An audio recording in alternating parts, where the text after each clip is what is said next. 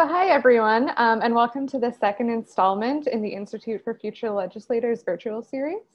My name is Megan Dias, and I'm the program coordinator for the Institute for Future Legislators at Ryerson University. I became involved with the Institute about 4 years ago when I was a grad student back at UBC. And last year, working with my colleagues at the Faculty of Arts, we brought the Institute to Toronto for the first time. So I'm really excited to be part of this virtual iteration of the IFL, and really happy to have you all here today. So I just have a few housekeeping notes before we start. First, this event is being recorded, and we will be posting the video from this event to our respective websites. Activity in the chat is not being recorded, however. The chat is open now, so I ask that you take a moment and introduce yourselves in it. You can tell us where you're coming from and who you are. The chat will remain open throughout the presentation. So at various points, our presenters will direct you to kind of respond quickly or engage in the chat. And there'll also be several polls that will be popping up throughout the presentation. So keep your eye out for that. At the end of the session, we'll have time for Q&A. If you'd like to ask a question, please send me a direct message through the Zoom chat, and I'll put your questions into queue.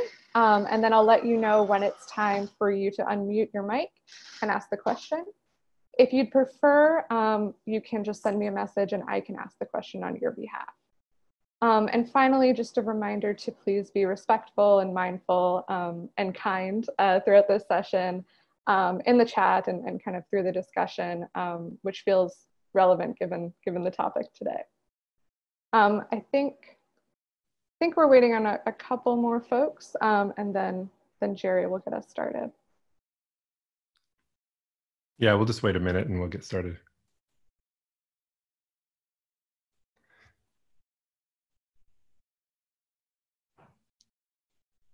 If you look in the chat section as well, there's just reiterates some of what Megan just said, if you missed anything that she said.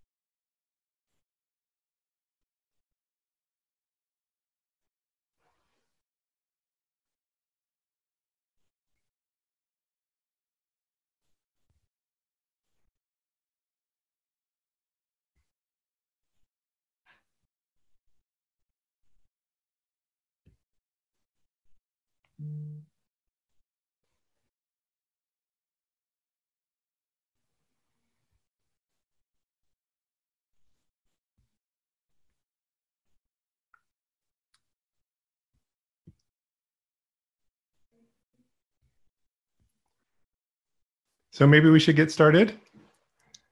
Hi, everyone. My name is Gerald Beyer. I am the acting director of the Center for the Study of Democratic Institutions at UBC, and we've been putting on the Institute for Future Legislators now for 7 years. Obviously, we didn't get to do it this year. I want to start with a land acknowledgement. Acknowledge that we meet today, scattered as we are, actually, across the country on traditional territories of Indigenous peoples who are the inhabitants of the land we call Canada. I'm personally on the unceded territory of the Musqueam, Tsleil-Waututh, and Squamish peoples, but our participants and viewers are all over the place, so we have to think about that. Our co-presenters at Ryerson University are located on the territory of the Anishinaabe and the Haudenosaunee, as well as the Huron-Wendat. That's covered by the Dish with One Spoon Treaty, Treaty Number 13, and the Williams Treaties. I ask you to just take a moment to reflect on the privilege of being where you are and to acknowledge personally the peoples on whose land you're situated. We have to be truly struck by the scale of our debt to Indigenous peoples, that we can't adequately inventory all of the peoples whom we should acknowledge in this setting, being virtual as we are. So thank you. I also want to acknowledge we gather at a time of really tremendous tumult in our cities, in North America and across the world. Black people, Indigenous people, and other persons of color have too often been forgotten by our political institutions and denied the fundamental freedoms, opportunities, protections that our Constitution pledges us to. As I'm sure you all are, I'm impressed by the tremendous courage in this pandemic time of people taking to the streets and towns to demonstrate their unwillingness to accept the status quo any longer. The unequal sharing of the political space of social media is part of our topic for today, but our concern in all that we do with the IFL is to open political spaces and empower diverse voices to make the kind of change that people are advocating for today. So this is the second in our quick series of virtual sessions that we will hold to try to replicate some of the content that we would normally have in our Institute for Future Legislators in Vancouver or in Toronto at Ryerson. We can't offer those in person this summer, of course. Our intention, and I'm speaking on behalf of both teams here, is to offer other full in-person programs in next year, which you can learn about more from our website, but you can also learn about more of the series if you look at our respective websites. One last point is that before we get going, is that some of the language you might encounter today taken from social media might be a little bit what my grade 6 daughter calls salty, that there is going to be times when we'll replicate what's truly out there. And I don't think that's a big worry, but I just wanted to warn people to that. Megan, do you want to say a little bit more just about methods, and then I'll introduce our speakers? Okay, great. So just a reminder, as the voice probably told you when you came into the Zoom, this session is being recorded, and we'll be posting the video from this event on our respective websites. Activity in the chat is not being recorded, however. The chat is open currently, so I see some of you are introducing yourselves, and please continue to do that so we know who you all are and where you're coming from. The chat will remain open during the presentation. So at various points, our presenters will direct you to engage with the chat. There'll also be several polls popping up for you to answer and engage with, so please keep your eye out for that. And at the end of the session, we'll have a Q&A. The way the Q&A is going to work, if you'd like to ask a question, please send me a direct message through the Zoom chat, Megan Dias, and I'll put your questions into queue and then let you know when it's time for you to unmute yourself and ask your question. If you'd prefer, I can ask the question on your behalf. And I think that's all the housekeeping. Thanks, Megan.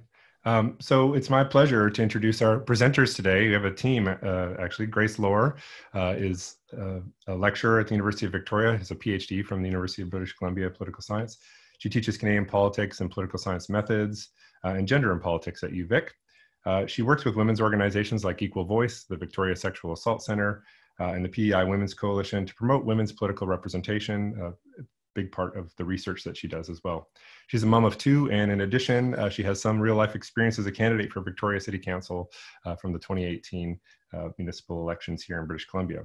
Chris Tenove is her co-presenter. He's a postdoctoral fellow in the Department of Political Science at the University of British Columbia. He researches democratic participation, public policy, and digital politics. In recent years, he's published studies and policy reports on the threats of disinformation, misinformation, harmful speech posed to Canadian democracy. Together with Grace and UBC's Heidi Tworik, he is conducting an in-depth study of the online abuse of Canadian politicians, which is a big part of what they're going to try to present today. And we have a lot of interactive opportunities for everyone in this session. So everyone stay awake, because we're going to be calling on you quite a lot. So take it away, Grace and Chris. Wonderful. Thanks so much for having us. Thrilled to be here talking about this topic. My name is Grace Lohr, and I'm joining you today from the territory of the Lekwungen speaking peoples. I work here, live here, raise my kids here, and am endeavoring to do the learning of doing work on unceded Lekwungen territory. To start here, would like to begin by recognizing also our colleague Heidi Tworik, who's not here, but works with us on this topic, and the support of UBC's Language Sciences Initiative. In addition, this research has really been a collaborative effort. There are folks working with us at a host of universities with diverse skill sets. And for me, that has been one of the most wonderful parts of this work, is seeing the expertise of in different pockets of academia come together on this. Today, we're going to share with you some of the findings. This research is ongoing, and I want to really tell you that when we share this ongoing research, part of what I want to do with it today is do it in a way that encourages you to think about your own experiences as a candidate or working with a candidate or in politics. I want us to be able to put some of our preliminary findings to you in a way that might be useful or might serve as a call for action. I love talking to groups like this. It's a politically aware and engaged group, a group that might be able to nudge their candidates or parties or themselves to better practices and policies. During talks like this, I like to plant seeds. Like, what does academic research look like at work and at work for better outcomes? We're also thrilled to have 3 IFL alumni who are going to be able to speak to us a bit about their experiences. So we're going to start with what kinds of abuse and incivility candidates encounter, ask the question of what kind of impact it has and how do candidates respond. And then after we get a chance to hear from some fabulous alumni with their own experiences, we'll have a chance to talk about what citizens, candidates, and parties do, as well as how we understand the role of social media platforms themselves and policymakers. Okay. So we will mostly be talking about darker sides of social media, but we really need to set the stage. Why is this used, right? If we're about to tell you some of the dark sides of it, let's think about why social media plays a role in our politics. Candidates, parties, political folk love social media. They use social media to add their voices to public debates, right? To engage with constituents, to collect and analyze data about the people who might support them. It's a great organizing tool to reach constituents, to reach voters, donors, etc. In one interview I did, a candidate told me she was, half-heartedly tweeting about how, as a young mom, she could never get enough coffee, and a constituent showed up at her office with coffee, right? So we speak to some folks about how they put this tool to work for them in their community. On the other hand, not on the other hand yet. As evidence of this, we see some of the proof of how much social media matters by looking at the spending, at the numbers. In the 2019 election, folks spent a lot of money on social media, especially on Facebook. You can see that green bar up there is third-party advertisers, right? That's almost $5 million spent on Facebook. This is an incredibly effective tool at work in these scenes. The party spent a lot of money, particularly the Liberals spending money on Facebook, but the other parties as well, right? It's clearly evidence of the importance of social media in our elections. On the other hand, social media also breaks the hearts of candidates. I'm being a bit cute here. I don't mean to be, but these are some of the tweets I found while we were starting to pull this PowerPoint and this presentation together. They're not hard to find, right? We see someone on here is calling Elizabeth May a horrible, despicable vermin. Andrew Scheer, a leech, right? Talking about Justin Trudeau using really anti-Islamic, Islamophobic language, right? So we have these positive things, but we also have this element of abuse and negativity. I'm sure you've seen comments like this. You may have been subjected to comments like this. Together with Chris and Heidi and our other colleagues, we've been trying to figure out how incivility and abuse like this directed at candidates played a role in 2019. One of the first questions that we needed to ask and continue to ask is, what does this incivility and abuse look like from the perspective of the people who are running for office? To help us understand this, in our interviews with candidates, we showed them some sample tweets and got them to tell us how they interpreted them. It's helpful to understand how it lands for them and also to open up a conversation about what folks would do. So we're going to take you through the same exercise. This is helpful, you know, with my academic hat on, for asking you and thinking about how these tweets are interpreted.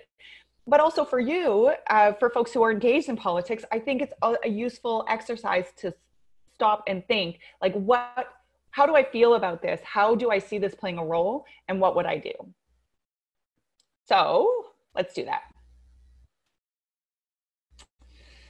Okay, so what I'm gonna ask you to do is look at this tweet. You are so beautiful, I wish you were my wife. And tell us, a poll pop up here that says whether you think it's neutral, whether you find it to have low negativity, medium negativity, or high negativity. How does this land for you? If it's helpful, you can think about it as saying, you're so handsome, I wish you were my husband, or a gender neutral version of that. What does that look like for you? I'll also ask you to, in the comment section, what would you do? Maybe you wouldn't do anything, but you can put that too. But what would you do if this tweet was directed at you? And I'll just give folks a minute to answer that.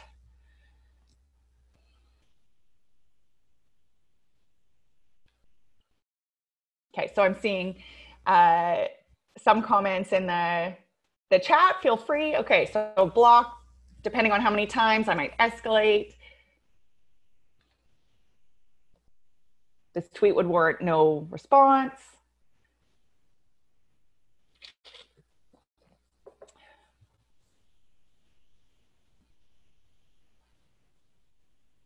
Okay.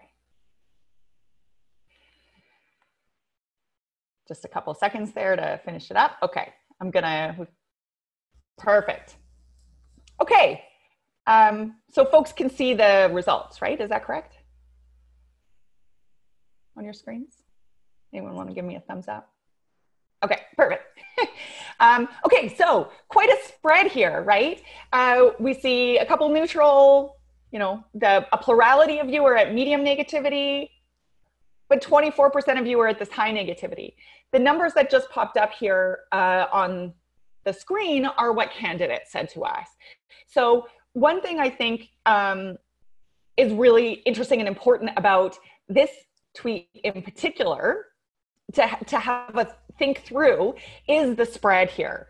Is that, you know, more than a third of folks think it's neutral, but we get still 30% saying medium or high among candidates. And for yourselves, the majority were medium or high. Also big variation on what folks would do. Ignore, block, crack a joke, elevate, etc.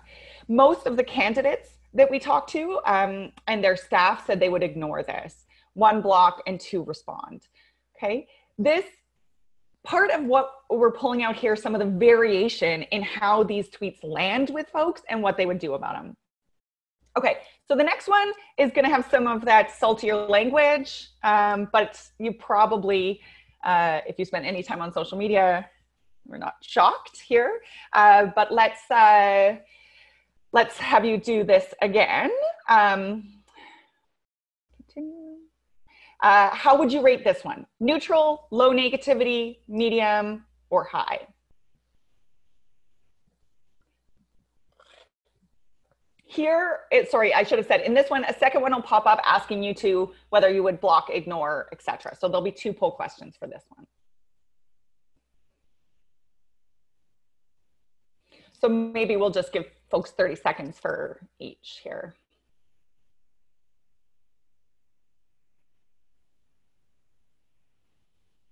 Okay. Okay, so this one, much more consistent. Everybody on the medium to high negativity. Chris, do you mind putting up the results from our, yeah, so we saw similar things with our candidates. This, not the same spread as that first one. Most people at high, a few more of you folks were at the medium, but this one does, of course, seem to be quite a bit more straightforward. Can we put the second poll about what folks would do? Okay. So just as you're answering this about what you would do if this tweet was directed at you or say a candidate you were working with, part of the reason we didn't do the poll the first time around is now you've been cued to think about whether you would mute, block, respond, etc. But I think it's first worthwhile of like this process of digging in our own brains as to what we think we would do. What tools do we think we have at our disposal before we give it some thought? Okay, just another second here and then okay. So most people would report this to platform. Quite a few muting, but also quite a number of you saying that you would ignore or do nothing.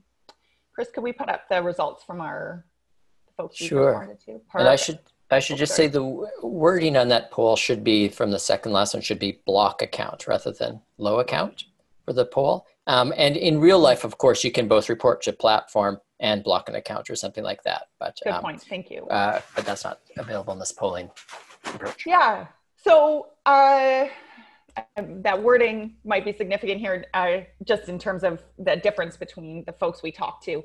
Most would block or report or both. So clearly there's a difference in the extent to which a tweet can be bothersome and have lots of different interpretations, and then more on the intent side. Okay, so let's go to the next one. This one is different again. The polls are quick, so let's do the poll on this one as well here. Mind just putting that up? How would you rate this one? I'm not going to read this one out loud. This probably goes beyond what Jerry's daughter would call salty.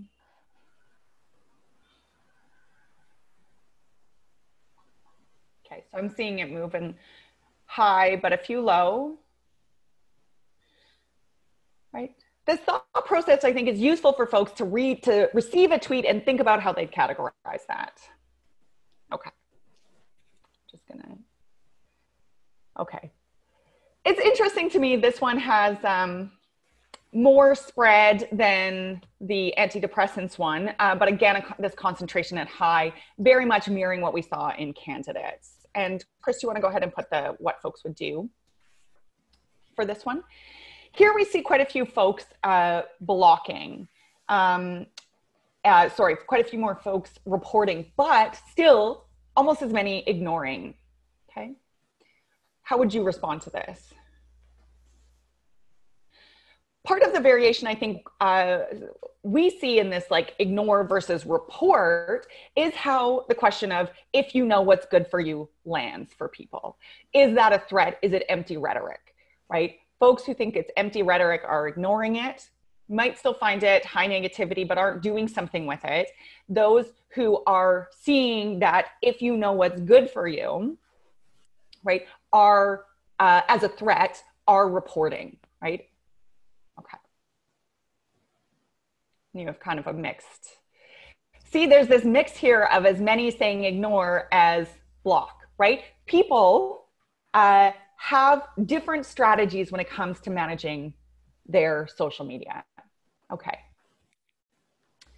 Now, I'm going to here pass this to Chris to talk a little bit more about our research in depth, but let's keep those tweets and the experience of categorizing them and the variation among you, a politically active and engaged group, in our mind as we carry through. Over to you, Chris. Great. Well, thank you very much, Grace. Yeah, so we're looking at a few different things in this research project that we're working on that we're calling the Trolling Candidates Study. One of them is to figure out how candidates assess and respond to negative messages. And so we use those sample tweets as a tool to do so. Of course, how to interpret and how to respond to these can be really high stakes for politicians, in part because people have pretty strong opinions about often about whether it is legitimate for elected officials in particular to be blocking accounts or removing comments from their public Facebook pages. So that's one issue we're looking at. Another one is we're doing a big data study of Twitter to investigate the quantity and intensity of negative messages that were directed at candidates in the 2019 federal election campaign.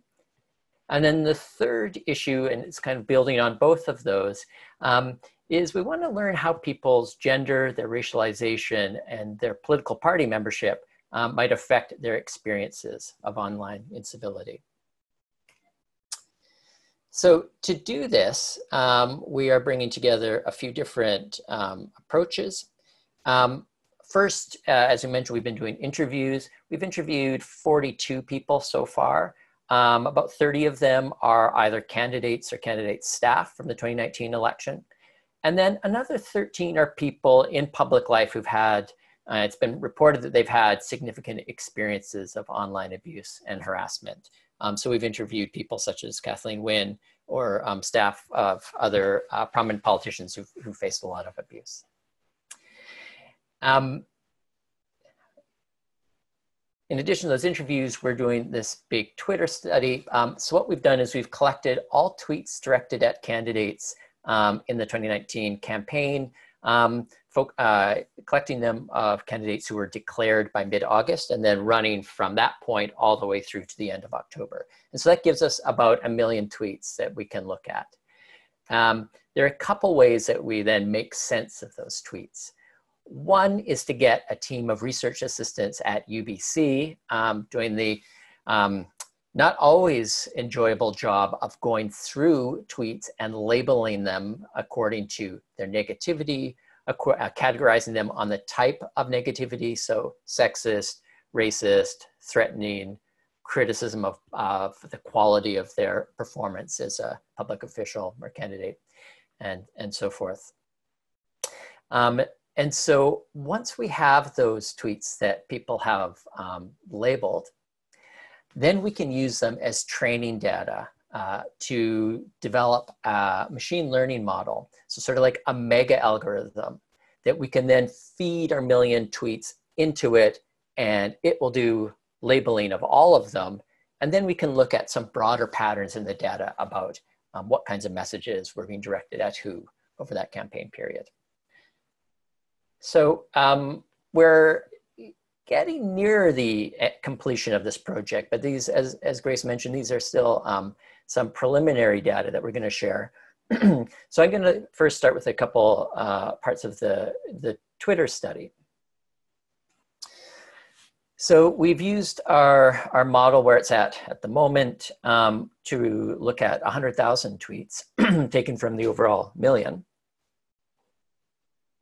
And here you can see the general breakdown of them according to negativity. A couple things jump out from that. First, we've got about 1/3 of tweets are negative. A little close to half are being categorized as neutral by this algorithm. Depressingly small number are positive in sentiment. And then close to 20% are unclear, which means there's usually not enough text there, or the text is so ambiguous that that we can't make sense of it. So those would be things like, you know, just tweeting out links or that sort of thing. Now, less than 1% seems like a very small number of tweets, and it is, but if you think about there being 1 million tweets in the election, so that's still something like 10,000 abusive or threatening messages sent over the campaign. Okay, and then the next thing I'm going to show you here is looking at the categorization as directed at candidates. And so this is, again, looking at this one set of 100,000 tweets from the campaign. The names on the left there are ranked in the order of the number of negative tweets they got in this set, from the 1st to the 8th. And then the bottom 2 people on that list are the 50th ranked and the 100th ranked according to the number of negative tweets they got. So here, one of the things that jumps out is the tremendous skewing of the amount of negative messaging towards a small number of individuals, which include all the party leaders, English language party leaders. I should have mentioned we were only looking at the moment at English language tweets. And then a few prominent liberals. Catherine McKenna is very high on that list. And if we went a little beyond that list, we would also be getting into the prominent conservatives like Michelle Rempel and Pierre Poilievre and others. When you get to the 50th or the 100th, you're seeing very small numbers of negative messages. And then there are hundreds of candidates who, at least as our algorithm is finding it, are getting even less. So that gives you a sense that there's a real diverse experience of what people are getting on Twitter in terms of negative messages. Okay, so I'm going to just do a few more quick observations from our study before turning things back to Grace. On the Twitter side, as I mentioned, we're seeing large numbers of low negativity tweets and small but significant numbers of high negativity tweets. And I should say our categories of high, low, medium negativity were shaped in part in response to what candidates are telling us. So rather than beginning with definitions taken out of the literature or some other source, we're really using what practitioners are saying. There's that skewing towards prominent individuals. Another thing that we saw a lot of and that's worth keeping in mind is negative tweets are not always negative at the candidate, even if they're atted at the candidate. In other words, as an example, we saw a thread of tweets that were responses to Andrew Scheer wishing Canadian Muslims a happy Eid. And a number of those were Islamophobic. Sometimes they were positive towards him. Sometimes they were critical of Scheer. But the real intent was to try and reach a larger audience with a anti-Muslim sentiment. And so those sorts of what we call indirect harassment or harassment at other groups via public figures is an important dimension of candidates and elected officials needing to moderate and keep an eye on their social media accounts. On the so from interviews with candidates, we've found a few things that we think are note. One is that low negativity messages and high negativity messages matter in that high volumes of low negativity can be demoralizing. They could take up a lot of a campaign team's time processing them. And high negativity tweets, even though they're coming a lot less frequently, can cause real high demands, even in terms of deciding whether something needs to be reported to security or police as being threatening, or whether there are issues of hate that really need to get taken up with. Another thing that becomes clear is that people have very different experiences by platform. So on Twitter, people are getting a lot more national commentary, a lot more, I guess, cross-country partisan attacks. And there are a very different set of platform functions that you can do in order to manage negative messaging. Facebook, negative messages are often in a more local context, in part because politicians are using Facebook to really, its various capacities to really engage with constituents, identify them. One of the things that we saw heard fairly regularly was that a lot of the negative messages people got were after they've sent out a promoted post or an ad to people. They've tried to reach out to a larger audience, maybe not always supporters, and then that's when they tend to get more negativity in.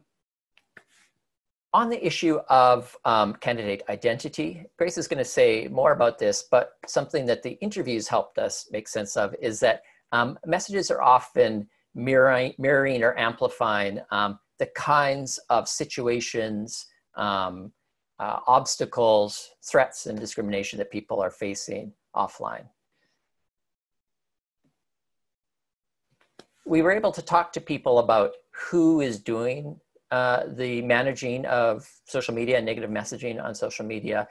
And one thing that becomes clear is that setups really vary, in part according to the prominence and resources available. So very prominent politicians will have one or multiple people full-time working on social media, able to process this stuff. other candidates will be doing this all themselves on top of all the other things they have to do in the midst of a campaign. And finally, people have developed a range of strategies to respond to negative messages, but often they do so in ways that are reactive to issues that come up. Many have told us that they wish there was more evidence, more guidance on the most effective way to deal with incivility and abuse. So let me turn it back to Grace to talk about the effects of incivility and abuse. All right. Yeah. So in order to jump into this conversation of some of the consequences for folks in the democratic process, let's ground it in a couple of examples, one that you probably saw and one that you probably didn't. So during the fall campaign, there was a Twitter thread that really stuck out to us. It was a volunteer from an Ontario riding who announced on Twitter that managing her candidate's Facebook page had made her absolutely hopeless about politics. She asked to be removed. She stopped volunteering. She, in the course of this thread, said that was it for her. She ended the tweet asking, how many good candidates have we lost because we've sunk so low? I think we really need to hear this thread. She's not a political player. Well, you'll probably never come across her in politics again, but she's one of the folks who are working on the front line, who believed in a candidate and who opted out. She's also highlighting the potential impact on candidates who might see this and never put their name forward to begin with. This happened before Catherine McKenna's candidate office was marked with graffiti and attacks. But of course, Catherine McKenna's experience in terms of online harassment has been very visible for the most part. Also on that slide, you can see a response to the story about the defacing of her campaign office that says that she's a weak woman and she should get over it. So this is just kind of a couple of examples here where I think we want to frame and look at some of the consequences. Okay, so one of the important consequences, yeah, you can change it, is the consequences for campaigns and voter engagement. The abuse and harassment we observed, and you've probably observed and may have been subjected to, has consequences for how campaigns run and how voters engage. It takes a lot of time and energy and emotional investment and emotional walls. You know, you see this quote, it's demoralizing. And not only is it demoralizing, but that's the intention. Relatedly, there's this reduced access to candidates. Social media has this potential to be a back and forth. And I want to, for folks who were here a couple weeks ago, when Nathan Cullen was asking the question about social media, he kind of talked about it this way. He didn't use the word billboard, but he used it, he talked about it in a similar way. You put something up and you walk away. So you're using it as outreach, but misses potential opportunities for dialogue and engagement.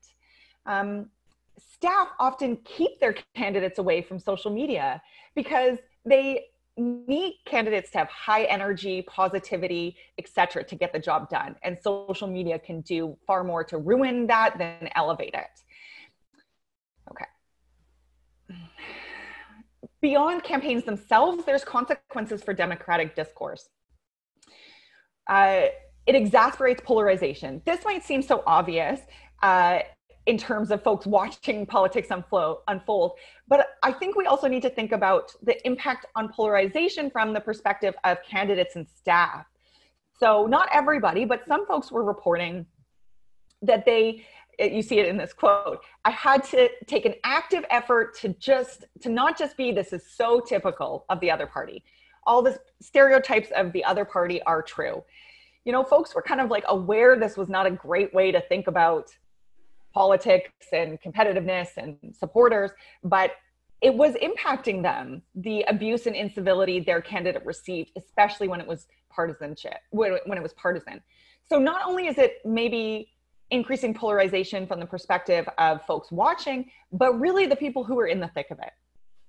Relatedly, it's reducing quality of debate, including facts and accuracy, etc. So someone says, I used to do a lot of debunking on Twitter, but I found it took so much emotional energy, I stopped. Folks are also not always just worried about themselves, but about potential supporters or voters or residents who might come to their page and see all the garbage and remove themselves from politics, remove themselves from one potential space to engage or to learn. Those are very real consequences for the democratic process. Of course, all of this is not happening in isolation. It's not happening in like an otherwise full, accessible, equitable political process. These things are landing in a political process that has barriers to representation and participation that go along identity lines, along sexuality, gender, race, identity, etc. So the big picture here is that there is some explicit racism and sexism in tweets, as well as transphobia, homophobia, etc. That exists in these tweets. Beyond that, even the less obvious racism and sexism are important because they amplify structures and structural structural obstacles to political participation, right? The content is often racist or sexist, often sexualizing candidates, for example, or dismissing or infantilizing. And these land differently to folks. So even the same tweet might feel more like an actual threat to someone who has feared gender-based violence, right? Or who has faced racism in real life, such that it lands differently in a different context, and so has significant consequences. I want to ground this in a recent example. Speaking out against anti-Black racism, Minister Ahmed Hussein was talking about his experiences. In response to this article, if you want to switch to the tweets here, Chris, in this like kind of meta-ironic way, folks were challenging his claims about anti-Black racism with a lot of anti-Black racism.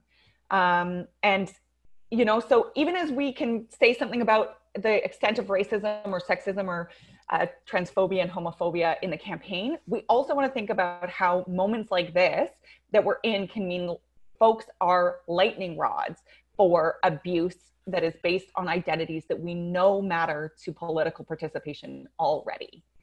Okay. Now, I'm going to end this section by thinking briefly about consequences for representation, invoking some like inside baseball terms. Okay, descriptive representation is a term that we use to think about who's at the table, right? Who do you see in politics? If folks are looking at this and turning the other way, particularly folks who are marginalized, who are racialized, who are women, who are underrepresented in politics, there will be consequences for descriptive representation. Beyond that, there's an impact on what we call symbolic representation. One candidate said that the message of what she was receiving was that women ought not to take any decisions, not to take up the power that her constituents had given her. It is a message about who has power and who should have power. Relatedly, there's this question of substantive representation, the decisions that folks bring up, or the decisions that folks reach as legislators. Some people reported, not everybody, but some, that they censored their feminism or they censored the way that they spoke about inequity because it made them more of a target. Not that they weren't raising these issues in other places, but if we remove a few venues for folks to raise issues like this, it can impact decisions that come out of legislatures. So if folks experience different quantities and content, if it lands differently based on their experience in the rest of the political and real world, then we see these consequences play out in ways that affect who's at the table, how they're seen, and what they do. Whew. Okay. Yikes. It's, you know, Should we just delete Facebook? Should we just delete Twitter? The important thing here is that this is happening. We need to understand its consequences, but it isn't also grim. People continue to use social media to organize for the things they care deeply about, to elect the people that they think are going to be good representatives. It opens up opportunities for a constituent to bring you a coffee, right? So how do we navigate this? I think what we want to do now is turn a little bit of our conversation over to some of the folks with direct experience, with frontline experience, some of our IFL alumni, to maybe tell us a little bit about what this looked like for them. So thanks, Grace. I'll just introduce them really quickly.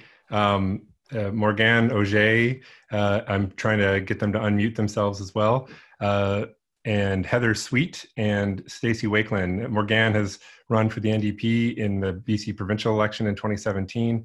Heather is twice now elected MLA in the Alberta legislature, and Stacey Wakeland ran in 2019 for the NDP in the federal election.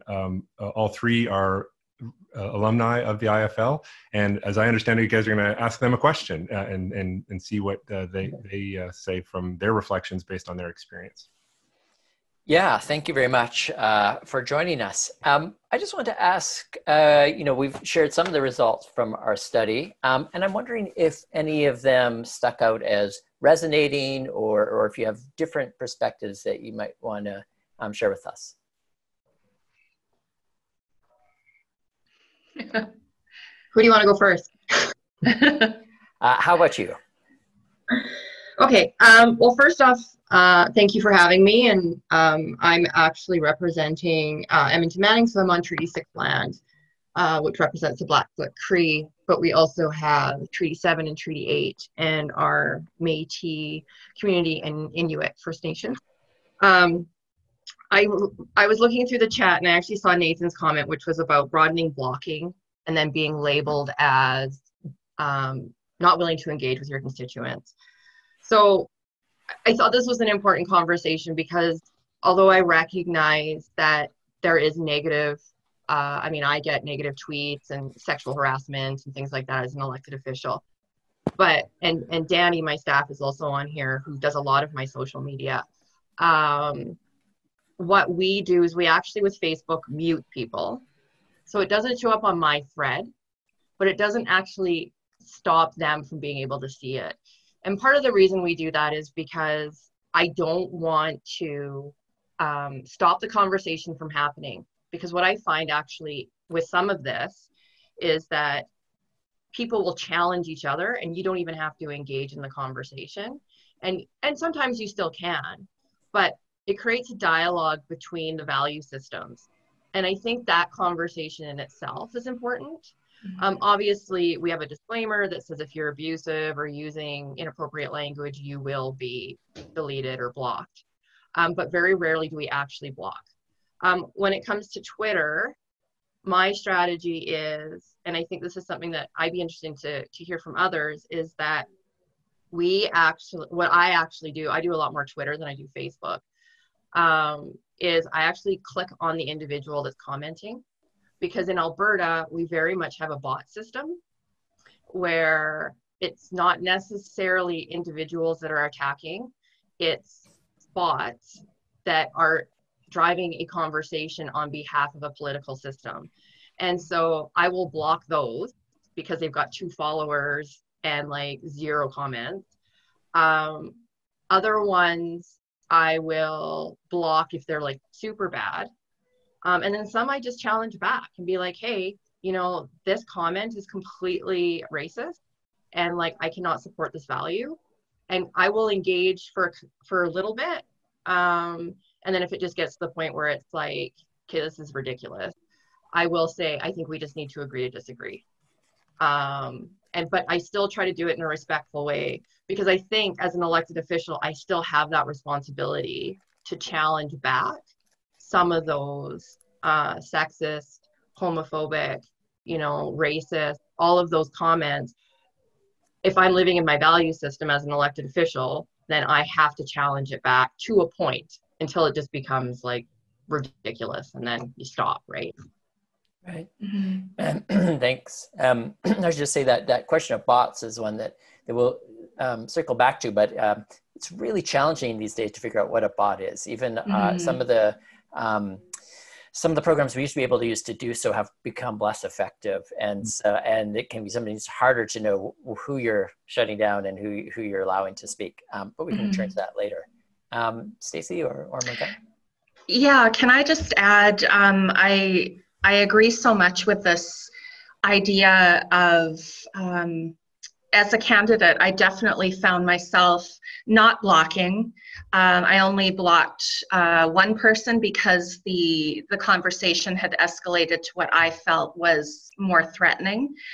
But definitely, I never have shied away from conversation and dialogue. And I think that's what's missing a lot in a lot of social media, is this quick reflex to just block someone that we disagree with. And I agree so much with the idea that we need to be having these conversations, and especially when we are challenging each other, there's always something to learn.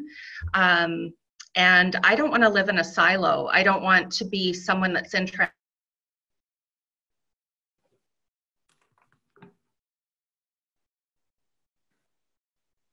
Uh-oh.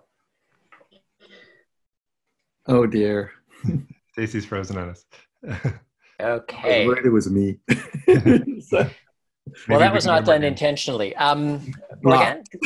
well, I'll take over from this blocked perspective. I would, so in the 2017 campaign, I was targeted like intensely by, you know, on the one hand, partisan attempts to trigger the candidate. I tried to handle my own social media, and I think this is something that matters when you're trying to reach out, especially if you're a change candidate, and especially if you're a new candidate. You have to get to be known, and to get to be known, you have to engage with people. Because if you rely entirely on the party line or on the official message of the day, you'll really limit letting people discover who you are. We, as things got more intense during the 2017 election, we started delegating. So I became the third line of tweet answering, except for the ones that I chose to engage in. I found that helped a lot. So this was when, you know, I was being heavily targeted. When it was standard partisan sniping, we relegated this to the standard answers, actually pivot, right? And, you know, an opportunity to make a point. We looked very carefully at the ratios of their follower base to my follower base. You don't want to amplify a negative message by engaging with it. If they have 3 followers, 3 people heard it, right? And so that's a very important factor. We also looked carefully at where the claimed location, basically where the locale of the source of the message was. If that person was local to the constituency, it was a high urgency message. If it was local to the province, let's say, it was a medium. And if it was out of province for a provincial election, it was just a heckler.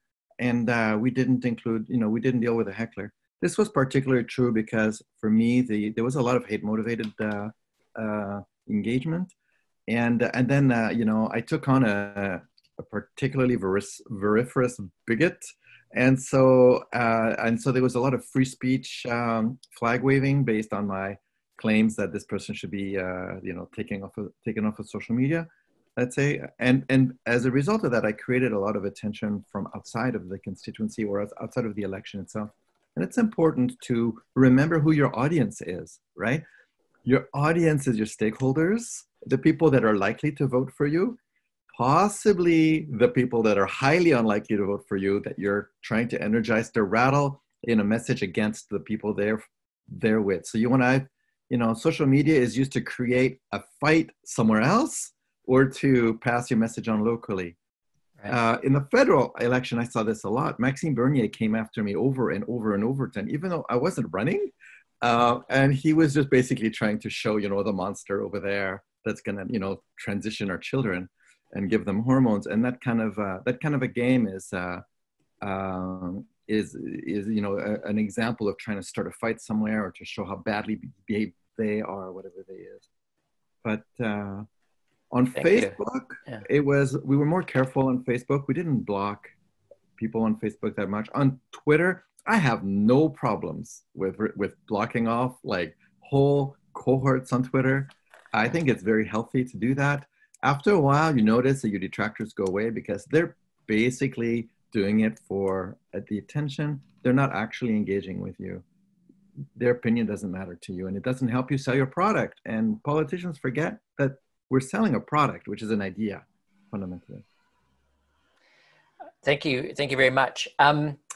Does either Heather or Stacey, do you want any last words? I know, Stacey, you were unfortunately cut off there briefly. Technical difficulties. Yeah, before we just switch back to Grace.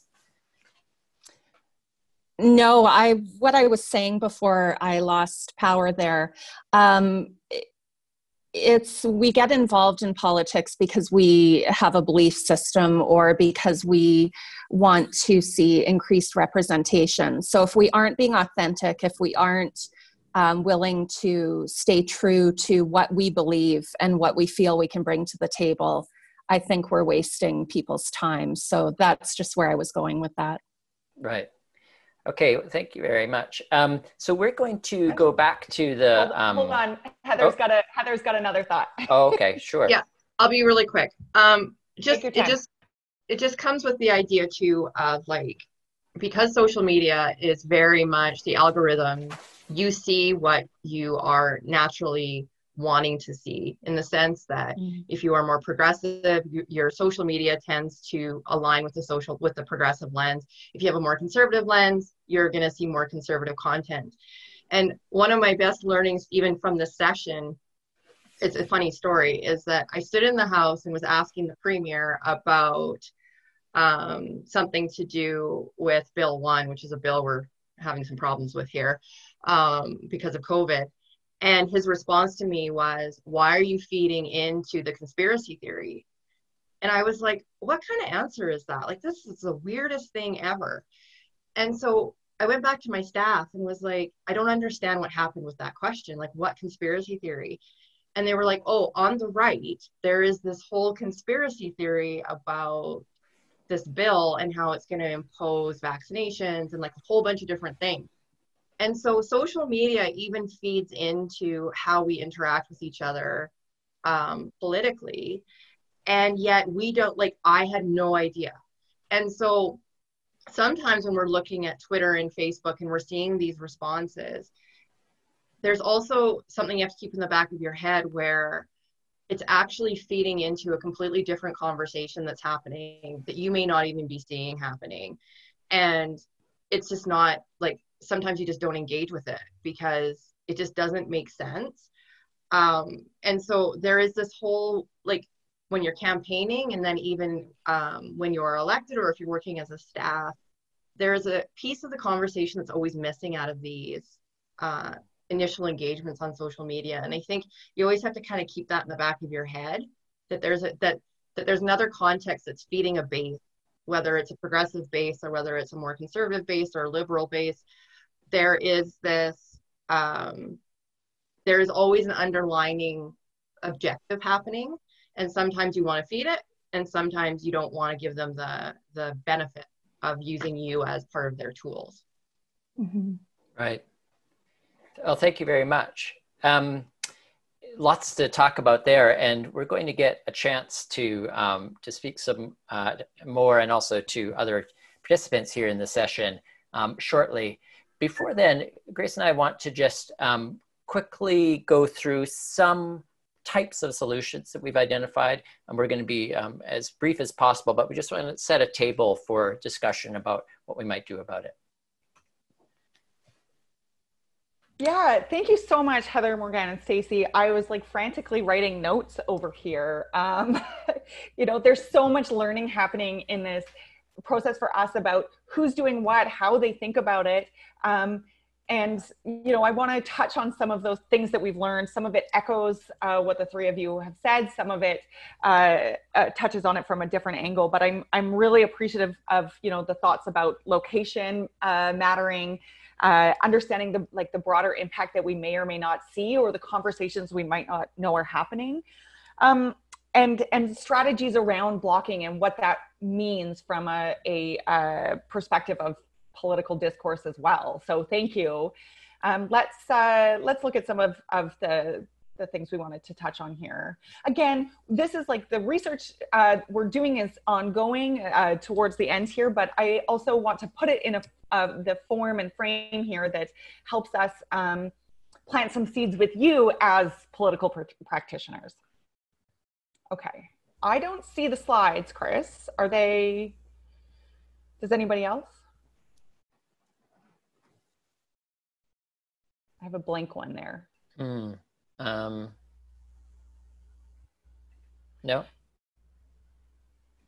Okay, I'll try sharing again. I'll keep talking while we get those up. So what we want to think about is a few suggestions and thoughts. There we go.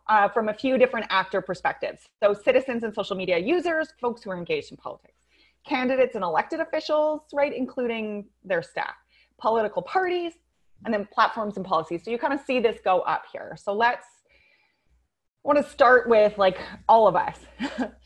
Some of this is so obvious. My kid's in kindergarten. I think there's, you know, maybe that covers some of it, but we want to watch ourselves, like minding our language, recognizing humanity, and engaging in good faith. But also calling out abuse and harassment as abuse and harassment, things that we would not accept seeing printed in a newspaper, or having someone say to a candidate in real life, call it out as such. We need not, as political participants, carve off social media as a space where actually we'll let things go there. And also make sure you learn the tools of social media to protect yourself. How do you filter? How do you block? How do you curate your space so that you can engage in good faith and recognize humanity in a way that's not overexposing yourself? Okay, these are sort of simple things to have on the top of our mind as everyday political actors in the social media world. Political parties. This is these are actors that should be doing a lot more here, have the capacity to do a lot more. We need to see training of candidates and elected officials and staff that goes beyond the good stuff, goes beyond selling the product, right? How do the folks that are in your party protect themselves, understand the tools, know what to look for?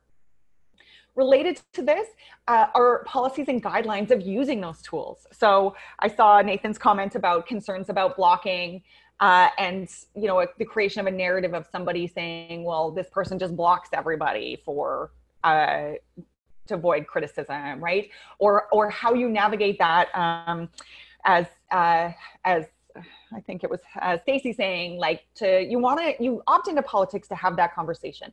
Policies and guidelines are needed so that it's clear to candidates and staff when a block is appropriate, when you can block and when you should block, right? And the tools to do it.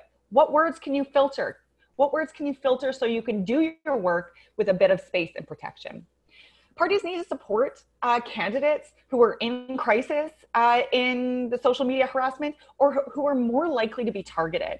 So any policy or guideline from a party should take into account the structural factors that we know are operating in politics around race and gender and other aspects of identity that matter. They should be proactively equipping folks to address those and to keep themselves safe. Innovate, use new tools and strategies, right? You know, there's apps for blocking. Parties could think about block lists. Are there folks who are just out to every one of your candidates trying to agitate, but perhaps have people feel unsafe, right? Parties should be doing this. But that's not always the case, right? There's lots of space and growth there, policies, and the tools to put them to use. But if you are a candidate or working with a candidate and the party is not fulfilling this role, what should you do, right? avoid ad hoc reactive approaches. Planning ahead. Most of the folks we talked to had developed their strategies as they went on the fly. I talked to a number of staff who just said, we just hide everything all day. Before I go to bed, when I wake up in the morning, I just hide these abusive comments. That's what they felt they needed to do to get through the campaign, right? But you can proactively in advance think, we hide all of these. We respond to things that look like this. Your policy should be unique. It should be your own comfort level. It should be based on your experiences and principles. If engaging folks is really important to you about the democratic process, you'll block fewer, right? If you're feeling vulnerable and unsafe and just do not have time for things that start anywhere that contain abusive language, that's your policy, right? Critical to this is sharing it, making it clear.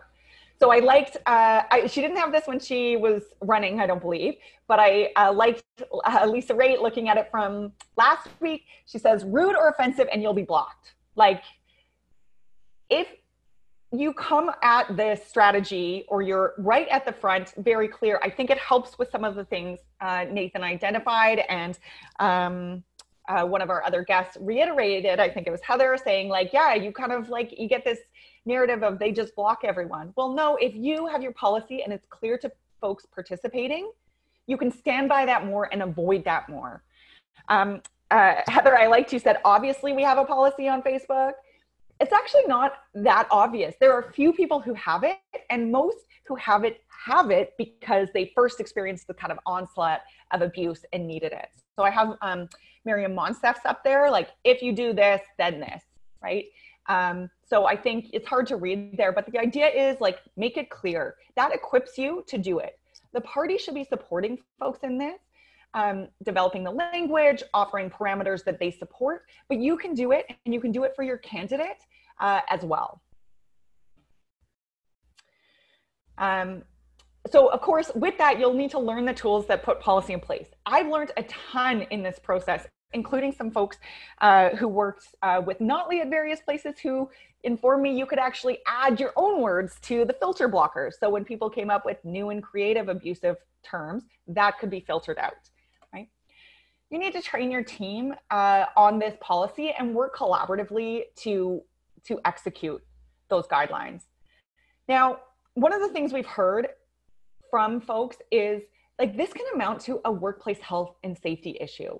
If somebody's job is to go through, particularly for folks who are at the top of the list, the Catherine McKenna's, and there's a bunch of other at provincial, federal politics, that can be emotionally exhausting. Numerous staff said it would have been helpful to have the responsibility of social media distributed among a number of staff. If you are in the middle of a campaign and you can't leave up something that's abusive or derogatory to your candidate or your supporters, you're on it all the time. You never let it go, because that will stick out and people will see that. It sets a tone. So by spreading that responsibility around, you can actually create for your staff some barriers, some space from that abuse. So that's some really kind of quick ways to think about what you can do if you're working with a candidate and elected official, but also think about, like, actually, what should your party be doing in as well? Where are the possible spaces that some of this action can take place? I'm gonna turn it over to Chris for some of the other bigger venues that we might need to see more action and change. Great, thanks. Yeah, just quickly, I mean, we're talking about all the things that candidates, the public, parties can do, but of course they're operating in a context and a set of rules and systems that have been set up. And of course, the platform companies themselves are key to that. Often when you're on social media, it can kind of feel like it's a battle royale, that there's too much conflict, maybe too many sweaty men, and not enough referees or refereeing. But the truth is that there is a lot going on from the platform side that is shaping our conversation. In some senses, it's the platforms themselves that enable the harassment and abuse that people receive because of the kinds of communication they've made possible. And in part reacting to a lot of concerted pressure by politicians, activist groups, and others, they've built in some responses to this. Just so that we're clear about the ways in which platforms are shaping the kinds of conversation that we can have on them. Of course, there's the terms of service they have, which have become increasingly detailed and complex over the last few years as they try to respond to different issues. There is the terms of service on the books, and then there is the enforcement of it. And in fact, it's often questions about uneven enforcement that are most frustrating to groups, both those who've had material taken down and those who think more material should be.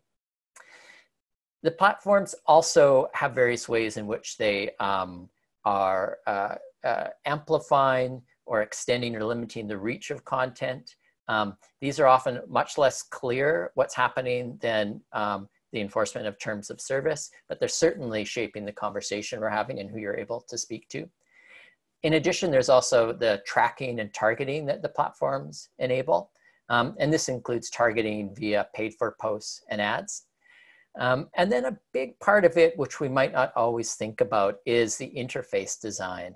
And we know that every time there's a new platform that becomes prominent, from Twitter to TikTok, there's a whole new genre of conversation that comes up, that gets developed. And these include different ways of being uncivil and abusive. So the design, there's lots of evidence that shows the way that you design social media affects the kind of conversations people are having.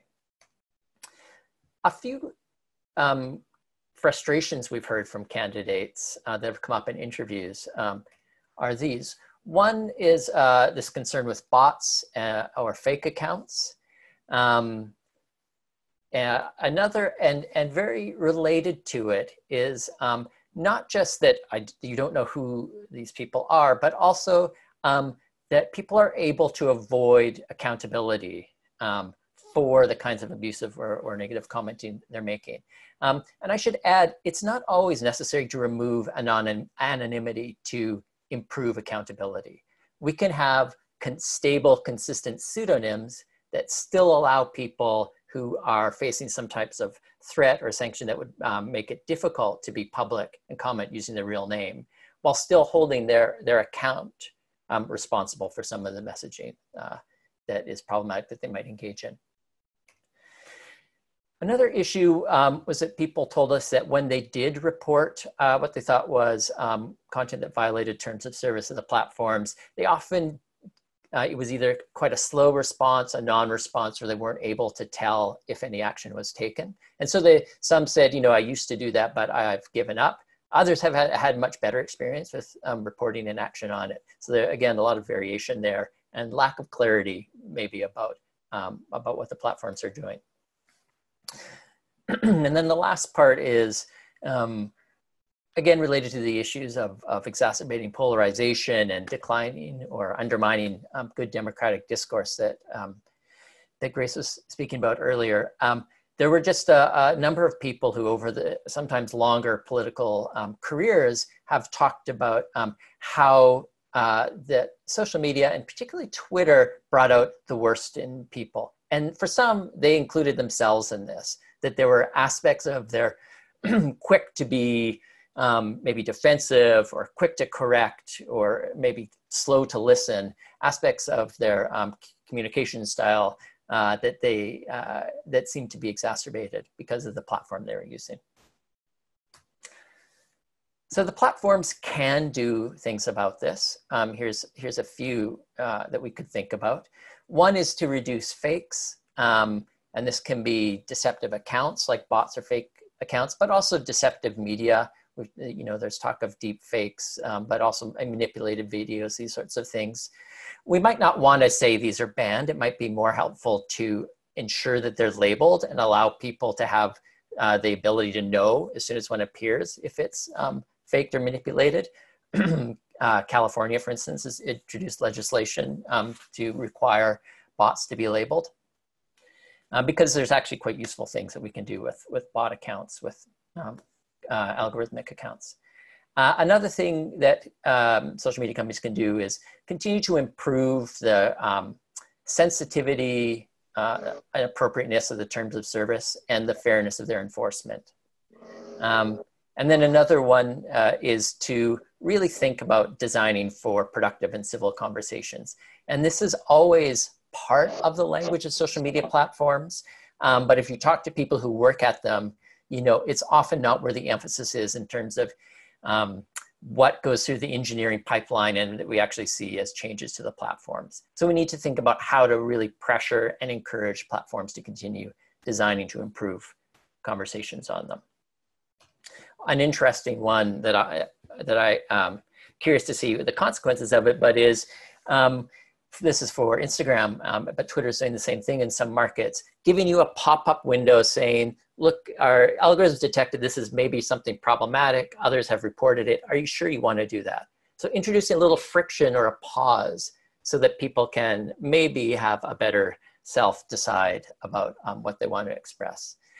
These changes to interface, I think, are important because they're not only about taking down or leaving up content. It's not that binary. It's about encouraging better discussions or about reducing the spread of some problematic material or providing, you know, countervailing commentary on it.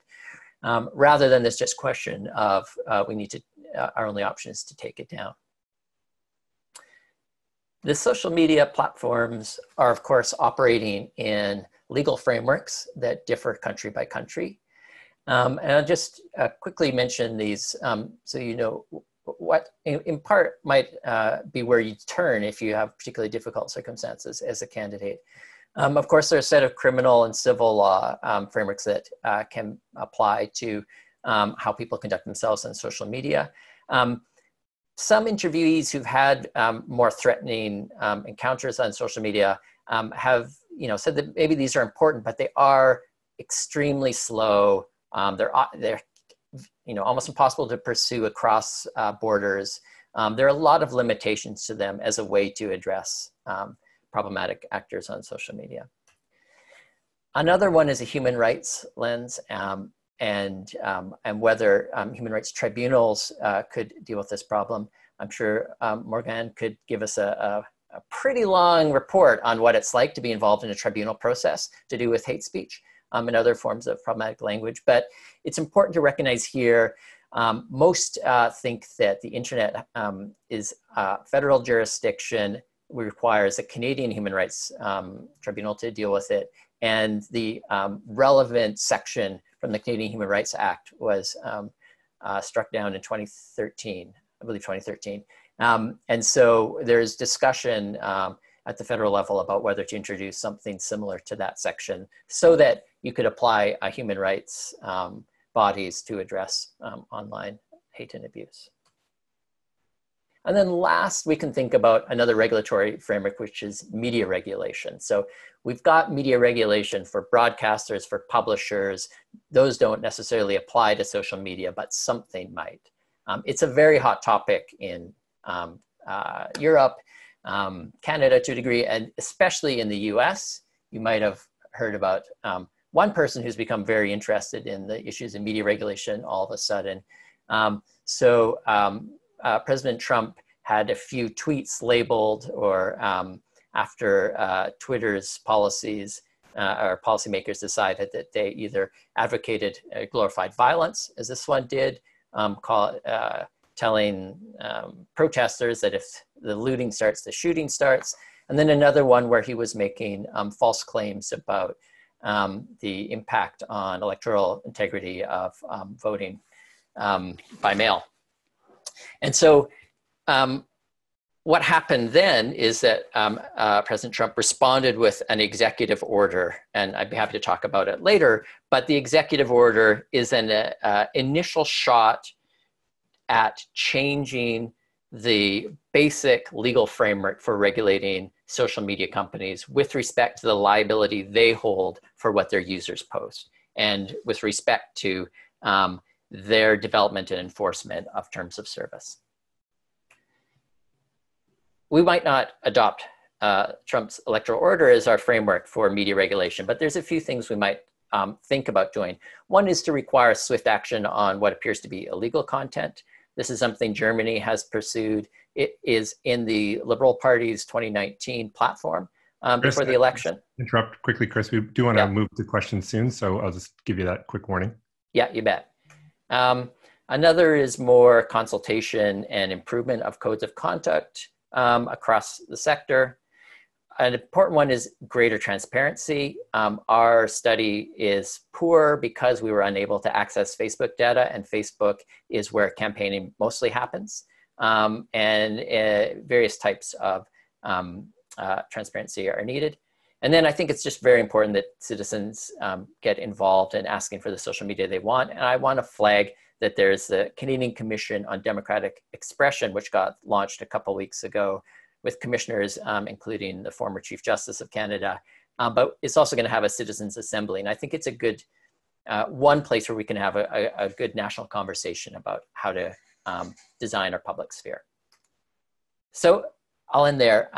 There's lots of things we could do, and we've talked about many of them. Let's open it up and hear what questions people might have. Okay, so we have 3 questions to start off. So I'm going to ask the folks to kind of ask all their questions in succession, and then you can answer them. So first we have Pawan, who has the first question. If you can unmute yourself and ask your question. Yeah, sure. Am I audible? Cool. All right. So thank you so much for the presentation. I'll try to keep this short. In your analysis of tweets, how did you guys parse insults that were less distinctive than stuff like simple swears or insults to one's governing ability? So in particular, I'm thinking about stuff like gendered language, like when someone calls a candidate who identifies as female as, quote, like shrill or shrieky, or dog whistles against like racialized people. Like, how would you kind of parse those less distinctive insults? Should I just jump in and answer that one? Yeah, so we've got a fairly detailed code book for doing that that's had to become more detailed over time.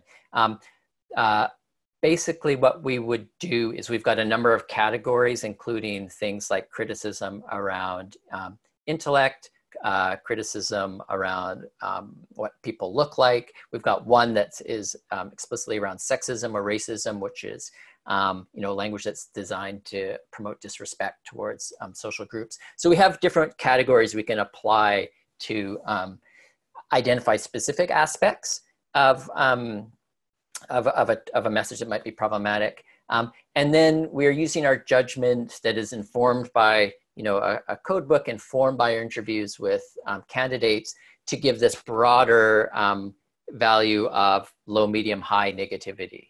And it is difficult, and it is why no algorithm and no individual coder can come up with a good system on their own. This is really challenging to try and interpret the language that can mean many different things to different people. And I'll just add to that I do, like, this is definitely something on my mind in this project. The first example tweet we gave was like, "You are so beautiful, I wish you were my wife," but you could imagine it in a masculine or gender neutral tone, except that it doesn't really mean the same thing, right? When it's gendered in that way, it's coming in this context where, like, being a mother, for example, or having care responsibilities, or being a wife is often in opposition to being a political leader, whereas "wish you were my husband" is not viewed in kind of the same aspect. So I think, and even the "poor misguided child" is another one we've used, and that infantilizing isn't explicitly gendered, but overlaps often. So I think it's a really hard question. And so this iteration of the code book, iterations, with human coders and talking to candidates is part of how we've navigated that. Okay, great. Next, we have a question from Ali, followed by a question from Arian. So if Ali, you can unmute yourself, and then Arian, you can just follow up with the question right after that. Thank you, Megan, and thank you to our speakers and the IFL team for putting up this awesome talk. My question was on the legal aspect of blocking trolls and critics on Twitter. This might not be an issue for candidates who are running, but more for elected officials. For example, in the US, a court has ruled that Trump cannot block critics on Twitter. How does that translate into Canada's legal, judicial, and political system? Thank you.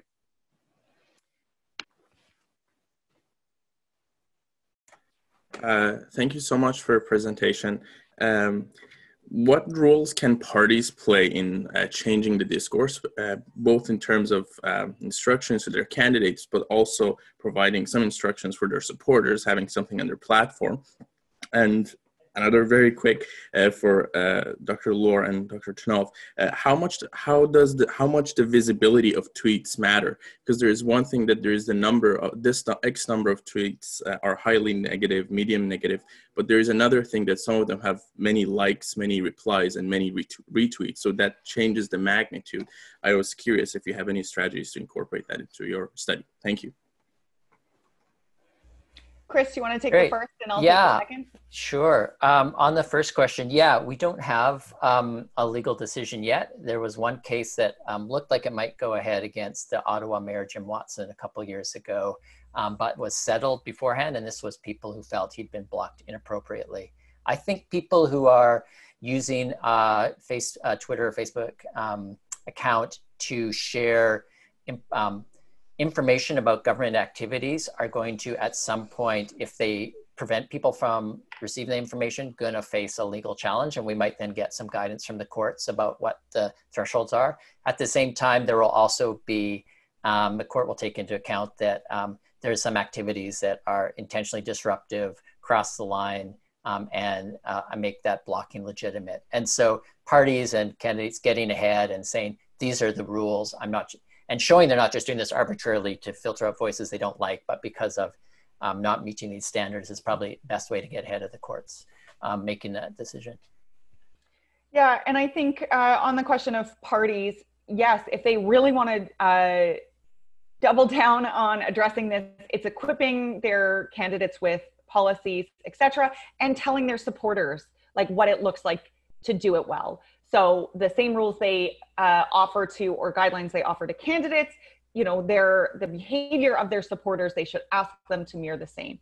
One of the things that's popping up with both the questions is the difference in platforms, I think is really important here. So folks talked about how on Facebook, they could mute, stop from commenting, but they could still see all the stuff. And that was particularly important for folks who were in ministerial or leadership roles to be able to still communicate outward, but not be subjected or not allow those folks to subject others in that space to it.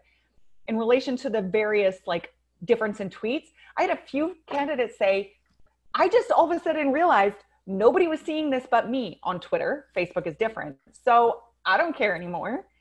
But I think on your question of parties, I think it'd be really useful to hear from Stacey, Heather, or Morgan if they're still here and able to speak about how their parties supported them or how they would have liked them to if they're interested in participating and answering that. I think that they're the front line, they're the experts on that. Well, speaking for myself, the party was excellent in supporting me and my team. They provided guidance support for, to help the team understand what to do. And then when we faced the more intense attacks, they stood up a crisis team that managed the issue. That said, it still took away from, it took away the focus from what we were trying to do to dealing with the damage. So the party was fantastic, but the damage was like the more we were distracted, the more successful the damage was.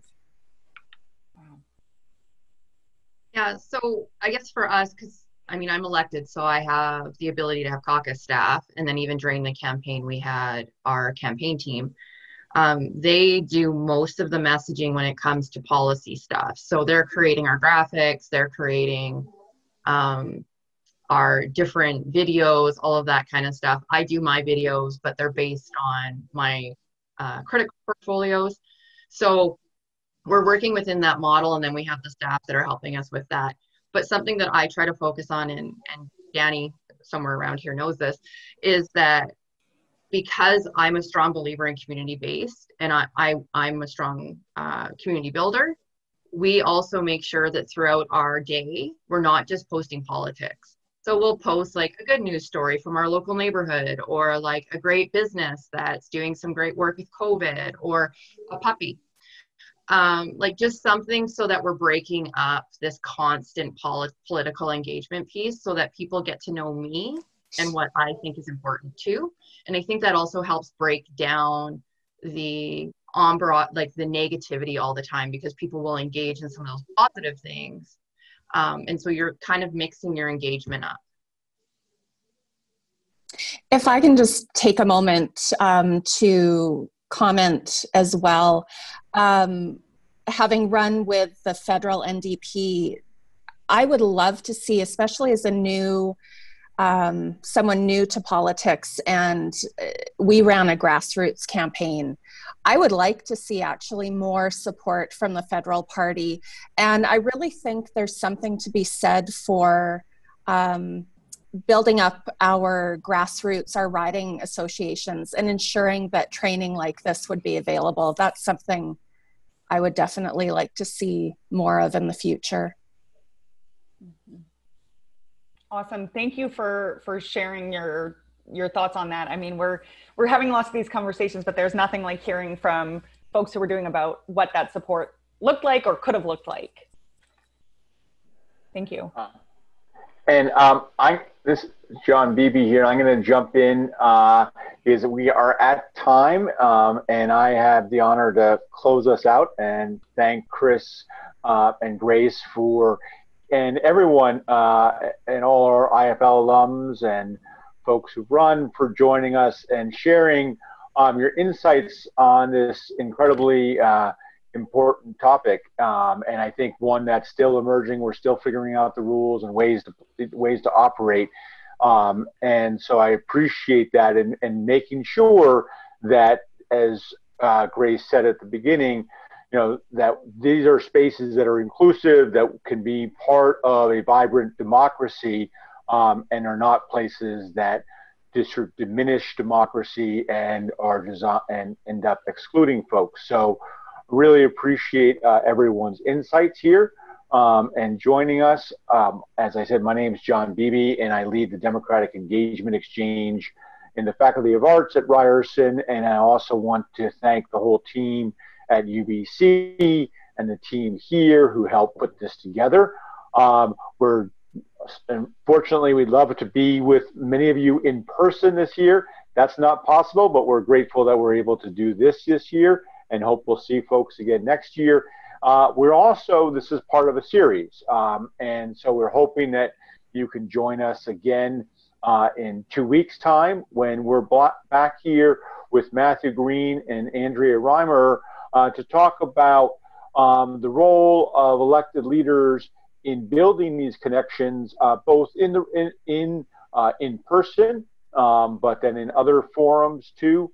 And these are two incredible elected leaders who have spent a lot of energy and time amplifying the voices of their communities and working to take that effort to the next level. So that's June 25th from 3:30 to 5 Eastern Daylight Time, 12:30 to 2 Pacific Time. 2 weeks after that, on July 9th, we will be back with Making Spaces for Indigenous Governments. Two examples in conversation with Damian Lee and Marissa Matthews, two incredible Indigenous scholars who will really talk about lessons that we can be learning from forms of Indigenous governments. And this, I think, is an exciting conversation that I'm particularly looking forward to learning from. And then we'll be back on the 23rd of July with Allison Brodel, looking at mastering the elements of clear political communications, which we'll touch on this topic, as well as other topics. And finally, closing out with our IFL alumni session in August. All of this information is available both on the UBC and Ryerson Institute for Future Legislators websites. I just again wanted to thank everybody today for joining us. And the information is up on your screens there about how to stay connected Please do stay connected. Please do continue this conversation online. And I'm sure our guests, I hope our guests will be willing to share some answers. If there are things we didn't get to, questions you had, questions that occurred to you later. That is the magic of this moment, that while we can't be together physically, we can continue to go forward. All right, with that, I guess we get to all sign off. I hope everyone is well wherever you are, and we look forward to seeing you either online or in person in the future. Take care. Thank you. Thank you.